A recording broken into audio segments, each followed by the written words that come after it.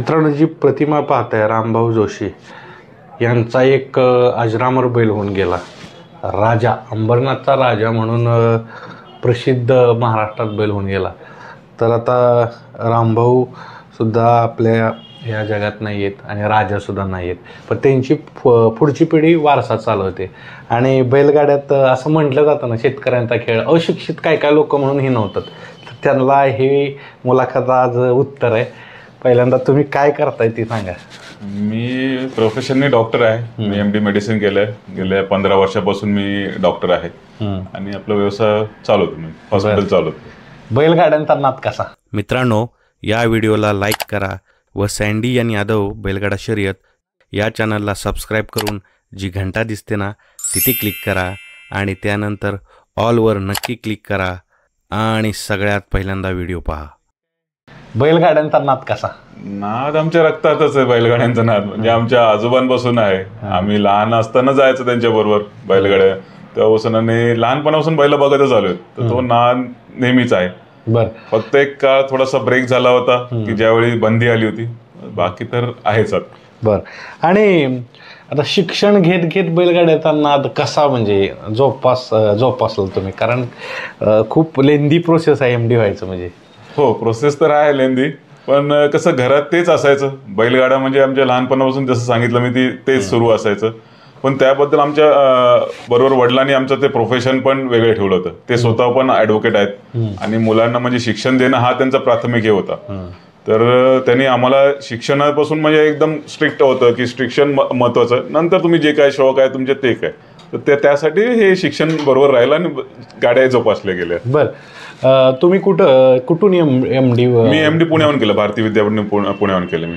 बरं, ज्यावेळेस हे सगळं करायचं म्हणजे शिक्षण चालू आहे प्लस बैलगाड्या ही तुम्हाला छंद सांगताय, तर काय कशाकडे ज्यादा ओढा असणार? साहजिकच शिक्षणाकडे तर लक्ष असणार, पण अशा कुठल्या दृष्टीनं ओढा व्हायचं की नाही बैलगाड्या मला बघायची? असं कसं काय गोष्टी तुम्हाला? सर्व विचारायचं ना. आणि बऱ्याच वेळ कसं आमच्याकडे तर पेशंट येतात, बऱ्याच गावागावातून पेशंट येतात. ते विचार हा रामभाऊ जोशींचा नातू का? बरं, नाव रामभाऊ जोशींना कसं ओळखतं? नाही म्हणतात तुमची बैल पळायची. तो त्याच्या एक मनात, आमच्या पण मनात राहिला की नाही बैलामुळे आपलं एवढं नाव आहे, तर तो एक मनात होताच.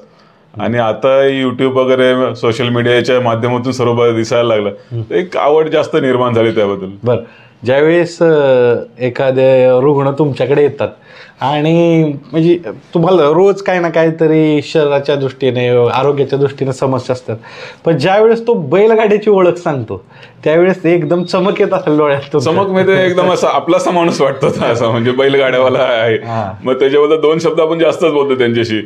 मग ते एक आपुलकी निर्माण होते. ते पेशंट तो आजार तर बरा होतोच, पण बाकीचे आपले जे नातं होतं ते जुळतं मग त्याच्याबरोबर. बरं, कसं बघताय आता बैलगाड्या शर्यती? म्हणजे ऑनलाईन तर आहेत, पण कधी कधी बघायला जाता तुम्ही?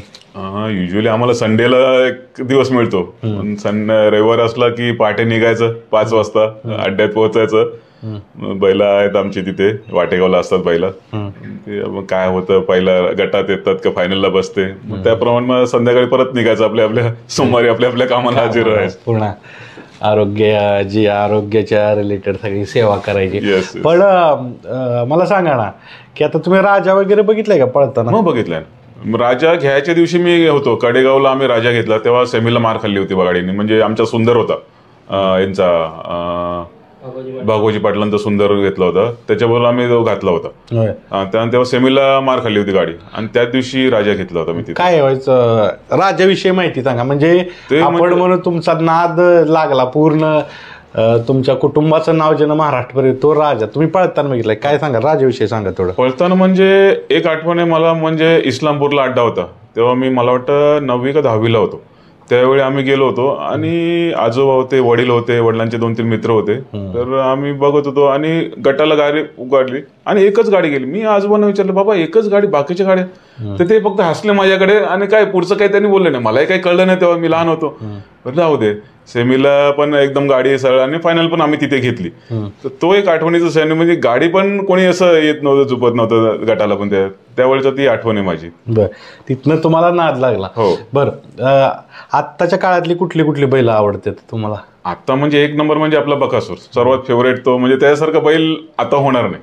म्हणजे आताही होणार नाही, फ्युचर मध्ये पण नाही होणार. बरोबर. कारण का असा गावठी बैल असून तो एवढ्या याच्याने पळतो आणि बघा ना 3-4 दिवसांत दर मैदान असतो आणि दर अड्ड्याला तो फायनलला असतो. म्हणजे एक ते ग्रेटच म्हणाल त्या बैलाला.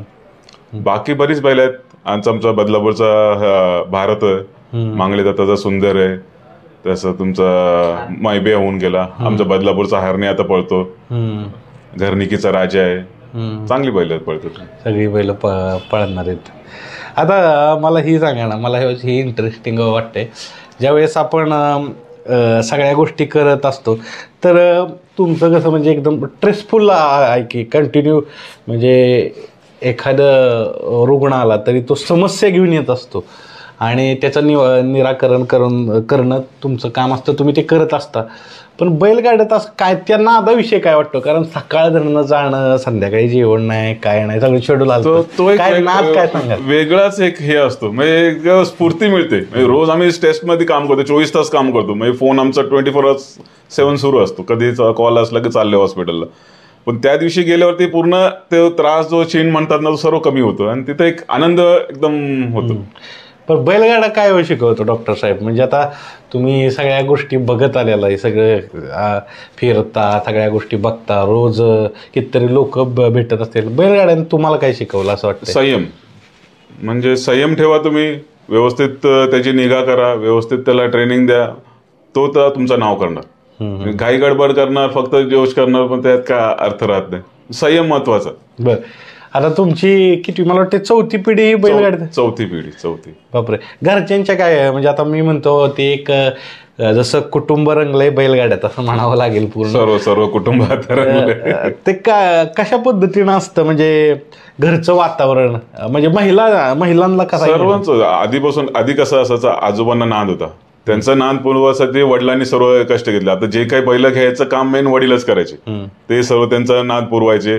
घरच्यांचा सपोर्ट असायचा, आईचा, वडिलांचा, आजींचा, सर्वांचा सपोर्ट असायचा. वडिलांनी त्यांचा आता वडिलांचा नाद पुरवण्यासाठी आम्हाला करावं लागतं असं.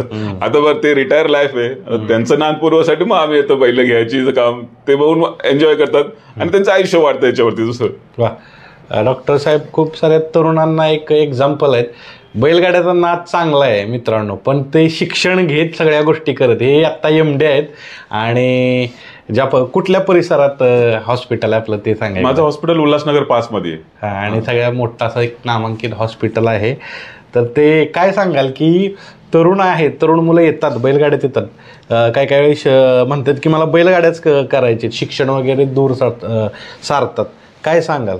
नाही, हे एकदम चुकीचं आहे. महत्वाचं म्हणजे तुम्ही खूप आधी सेटल व्हा, स्वतः सेटल झाल्यानंतर हा शौक जोपासा.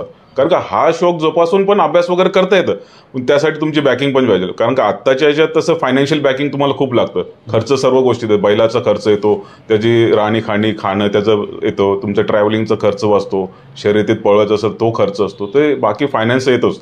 तर फर्स्ट थिंग काय असेल की तुम्ही फायनान्शियली साऊंड व्हा, स्वतःच्या पायावर उभे राहा, नंतर मग हा शौक जोपासा तुम्ही. मित्रांनो, खूप चांगलं सांगितलं आणि मी तुम्हाला सांगितलं ही मुलाखत विशेष होणार आहे आणि त्या दृष्टीनंच डॉक्टर साहेब बोलले. आता मला जाता जाता सांगा की बैलगाड्यांतर तुम्ही सांगितलं, संयम शिकवला, सगळ्या गोष्टी शिकवल्या. आता काय कसं पाहताय आत्ताच्या बैलगाड्या, काय पाहताय तुम्ही, कशा पद्धतीनं पाहताय? आत्ताच्या बैलगाड्या म्हणजे गाड्या तर भरपूर झाल्यात, शौकही चांगला झालाय, खूप प्रचार झालाय, म्हणजे देशभर प्रचार झालाय, इव्हन बाहेर विदेशातही त्याचा प्रचार होतो बैलगाड्यांचा. पण एकच नवीन पिढीला सांगेन की थोडा संयम ठेवायचा, भांडणं तंटा करू नका, जे पंच निर्णय देतात ते ऍक्सेप्ट करायला पाहिजे. आणि आता काय मॉडर्न टेक्नॉलॉजी आले त्याच्यामुळे निर्णय पण सोपे होऊन जातात. पण तेच की भांडण नका करू, ॲग्रेसिव्ह नका होऊ. आज एक अड्डा आहे, आज गाडी मार खाली तर उद्याच्या याच्यात तुमची गाडी बसेल, तर तो एक मोठा मुद्दा आहे की विनाकारण हे करा, गालबोट लावायचं कुठे आणि विनाकारण फक्त ॲग्रेसिव्ह राहण्यात अर्थ नाही. मित्रांनो, खूप मुलाखत मोठी रंगू शकतोय, पण ह्यांनाही वेळ म्हणजे ह्यांचा किमती आहे. बाहेर रुग्ण असतात, पेशंट असतात, तर त्यांचाही आम्ही वेळ घेत नाही. फक्त एवढंच आहे, कधी आला ह्यांच्याकडे आला डॉक्टरांकडे तर बैलगाड्याचा विषय नक्की काढा, तुम्हाला नक्की 4 गोष्टी अजून तो जादा वेळ भेटेल. धन्यवाद.